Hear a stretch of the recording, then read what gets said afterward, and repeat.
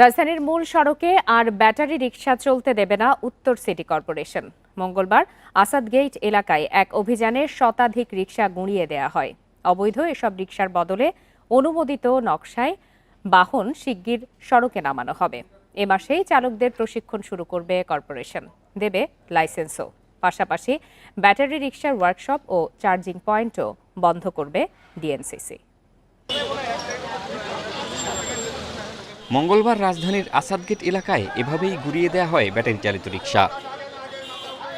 ধানমন্ডি পুরনো ২৭ নম্বর রোড থেকে আসাদগেট পর্যন্ত এই অভিযান চালায় উত্তর সিটি কর্পোরেশন।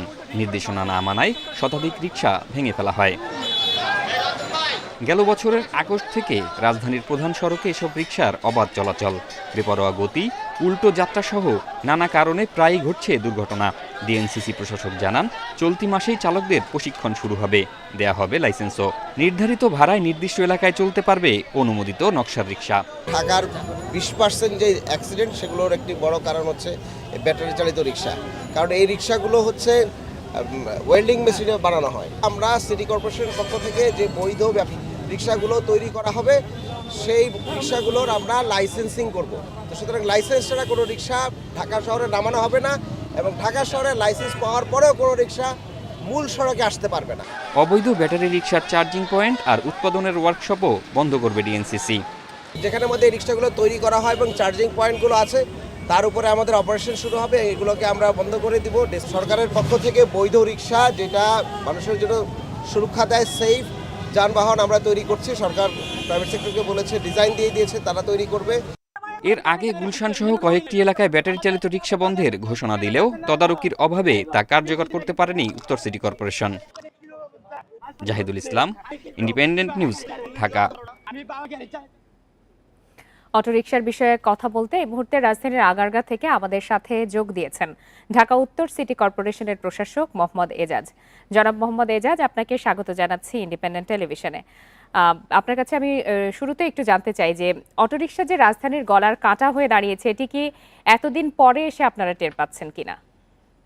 না, এটা তো এতদিন পরে টেরের কিছু নেই। ৫ তারিখের পরেই তো এটা বোঝা যাচ্ছে, এবং তার আগেও এক ধরনের হেজিমনি ছিল। কিন্তু আমরা প্রথমে আপনারা জানেন যে সরকারের পক্ষ থেকে একটি এভিকশন রাইট চেষ্টা করা হয়েছিল। তখন যে আলোচনাটি তুলে এসেছিল যে তারা যাবে কোথায়। ডেফিনেটলি মানুষের তো একটা ইনকাম অপরচুনিটির অল্টারনেট দেওয়া লাগবে। তখন আমরা সিদ্ধান্ত নিলাম, ওকে ফাইন, আমরা অনুমোদিত রিক্সা যেগুলো আছে এগুলো তো রিস্কি। সুতরাং যেগুলো মানুষের জন্য সেফ, একটা সেফ বাহন আমাদের আনতে হবে। ডিজাইন গুলো আমরা রেডি করেছি বুয়েটকে দিয়ে। তারপরে সেটা কারা প্রোডাকশন করবে সেই মাপকাঠি আমরা তৈরি করেছি। স্ট্যান্ডার্ড স্পেসিফিকেশন কি হবে ভেহিকলের সেটা রেডি হয়েছে। প্রোটোটাইপ রিক্সা অলরেডি রেডি হয়েছে। কারা ট্রেনিং দিবেন সেটা আমরা ফাইনাল করেছি। ব্র্যাক আমাদেরকে ট্রেনিং দিবে। ট্রেইনার কারা হবে, ট্রেইনি কারা হবে। আমরা প্রায় ১ লক্ষ ট্রেনিং আমরা এই আগামী খুব দ্রুত সময়ের মধ্যে দিব। তো সুতরাং একদিকে এটা ফেজ আউট হবে, আরেকদিকে হচ্ছে যে অল্টারনেট লাইভলিহুডটাও আমরা মাথায় রাখবো, যেন এক ধরনের জাস্টিস আমরা এনশিওর করতে পারি। জি, আসলে বাংলাদেশে বা ঢাকা শহরে লাইসেন্স দিয়ে যেখানে গাড়ি ঠিকমতো চালানো যায় না, সেক্ষেত্রে লাইসেন্সিং করে এই অটোরিকশা কতটা নিয়ন্ত্রণ করা যাবে বলে আপনারা আশা করছেন? প্রথম হচ্ছে যে গাড়ি যারা মানে পাবলিক ট্রান্সপোর্টের ক্ষেত্রে যদি বলেন আপনি, পাবলিক ট্রান্সপোর্টের ড্রাইভারদের তো কোনো ট্রেনিং নাই। এটা তো একটা বড় আলোচনা হচ্ছে কিন্তু। ঢাকায় ট্রাফিক জ্যাম এবং এই যে ট্রাফিকের যে হেজিমনি এবং সাফারিংস, এটা একটা বড় কারণ হচ্ছে যে কেউ ট্রাফিক রুলস মানেন না। তো ট্রাফিক রুলস না মানার কারণ হচ্ছে তার তো ট্রেনিং নাই। তো সুতরাং যে রিক্সাগুলোকে দিব আমরা, সে তো একটা ট্রেনিং পার হয়ে আসবে। একটা ইন্টেলেকচুয়াল তার স্টেজ তার মাথার মধ্যে কাজ করবে প্রথমেই। তারপরে তো এটা আমরা যেহেতু তখন যখন নতুনটা বের হবে তখন একটা আলোচনা রাষ্ট্রের মধ্যে শহরে আসবে যে লিগ্যাল আর ইলিগাল। তো ইলিগাল যখন সে তার কাছ থেকে যা এক্সপেক্ট এবং তার উপরে ইম্পোজিশনটা আমরা আরো কড়া ভাবে করতে পারবো। আর লিগ্যাল যে সেও জানবে যে তার উপরে ইম্পোজিশনটা কিভাবে করা যায়। তো ট্রেনিং ছাড়াই তো এই শহর এতদিন চলেছে। সুতরাং আমরা এটা শুরু করতে চাই। এবং এটি কিন্তু দিন দিন সংখ্যায় এত বেশি বেড়ে গেছে যে রাস্তা পার হতেও মানুষকে বেগ পেতে হয়। সেক্ষেত্রে আপনারা অটোরিকশা বন্ধ না করে বিকল্প খোঁজার চেষ্টা করছেন কেন? বুয়েটের থেকে যে নকশা করে নতুন ডিজাইনে অটোরিকশা আনা হচ্ছে, সেটি আসলে কতখানি নিরাপদ বলে আপনারা মনে করছেন? আর সেটার গতি কি নিয়ন্ত্রিত থাকবে কিনা? জি, জি, সব নিয়ন্ত্রিত থাকবে। এটা হাতের নিয়ন্ত্রণ হবে না। গ্লোবালি যে স্ট্যান্ডার্ড যে ইকুইপমেন্ট যে স্ট্যান্ডার্ড আছে সেটা মেনেই আমরা এই ডিজাইনটা করে বুয়েটকে দিয়ে করিয়েছি।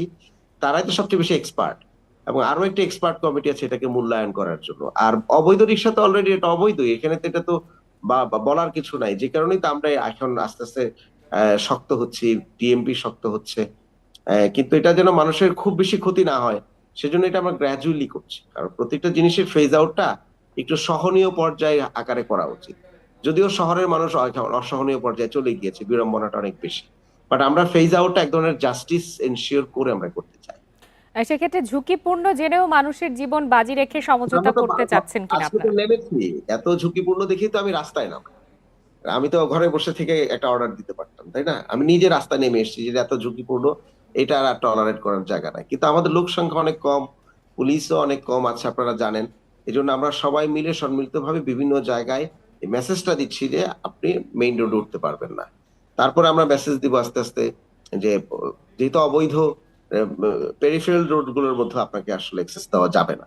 সুতরাং এটা গ্র্যাজুয়ালি আগানোটাই মোর প্র্যাগমেটিক আমরা মনে করি, শহরের সকলকে সহনশীল ভাবে একটা ড্রাইভ তৈরি করার জন্য। সর্বোপরি জনবান্ধব এবং জননিরাপত্তামূলক বাহন আসবে, সেটি আমাদের সকলের আশা। মোহাম্মদ এজাজ আপনাকে অসংখ্য ধন্যবাদ আমাদেরকে সময় দেওয়ার জন্য।